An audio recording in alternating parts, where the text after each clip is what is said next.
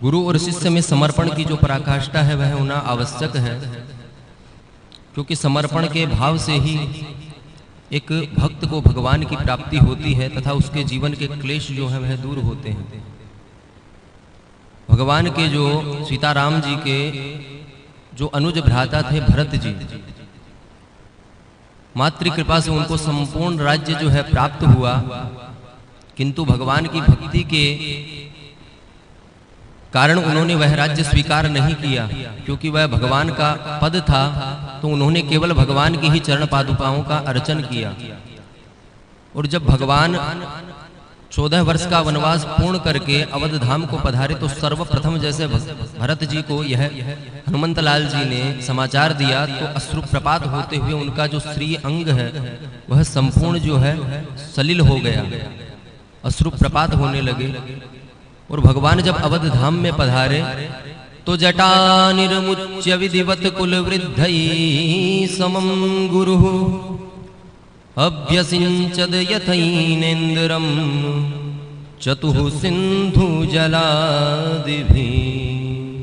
भगवान श्री राम जब 14 वर्ष का वनवास पूर्ण करके अवध धाम में पधारे, तो देवगुरु बृहस्पति ने जिस प्रकार से देवराज इंद्र का 4 समुद्र से जल लेकर के राज्याभिषेक किया था, ठीक उसी की भांति कुल गुरु वशिष्ठ जी ने जल मंगा करके भगवान का राज्याभिषेक किया। भगवान श्री सीता मैया के सहित तथा अपने परिकरों के सहित राज सिंहासन पर विराजे। और वहां की शोभा इतनी दिव्य थी कि चल तो रहा था त्रेता युग, पर लगता ऐसा था मानो सत्य युग ही हो। त्रेतायां वर्तमानायां कालः कृत समो भवत् रामे राजनी धर्मज्ञे सर्वलोक सुखावहे। भगवान जब राज सिंहासन पर विराजे तो समस्त प्रजाजन जो थे समस्त प्रकार के ऐश्वर्यों को भोग रहे थे। किसी भी प्रजाजन को आदि व्याधि क्लेश जरा बाधित नहीं कर रही थी, अपितु संपूर्ण जो पृथ्वी के भौतिक सुख है वह उन्हें प्राप्त हो रहे थे। तो ऐसे ही राम राज्य की हम आज भी कामना करते हैं।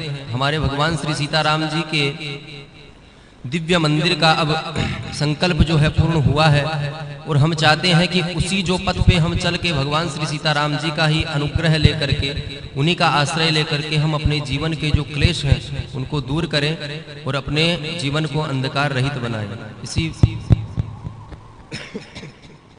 इसी विधा में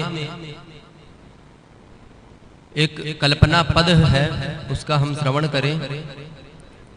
जिनके उर में श्री श्याम बसे, जिनके उर में श्री श्याम बसे, उन्हूं सो नाम लियो न लियो।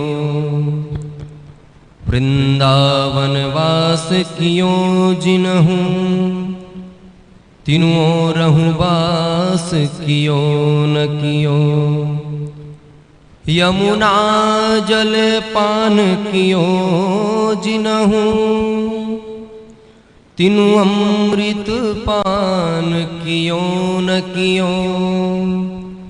रसना जिनकी नहीं श्याम रटे, उन मानहु जन्म लियो न लियो। बोलिए सद्गुरुदेव भगवान की जय। इसी के साथ दास अपनी वाणी को विराम देते हुए इस पारासर अध्यात्म पीठ की शुभ संकल्प का, हमारा जो शुभ संकल्प है उसकी परिपूर्ति हो, वह नित्य बना रहे, ऐसी कामना के साथ जय सिया राम। प्रणाम। राजस्थान से पधारे हुए नीरज सौनक जी ने, जो गुरुजी के ही कृपा पात्र शिष्य हैं, अपनी वाणी से आप्लावित कराया। अब इसी क्रम में जिसको त्रिवेणी कहते हैं और तीर्थराज प्रयाग से पधारे हुए, जिनको आप विगत 2 दिन से श्रवण कर रहे हैं,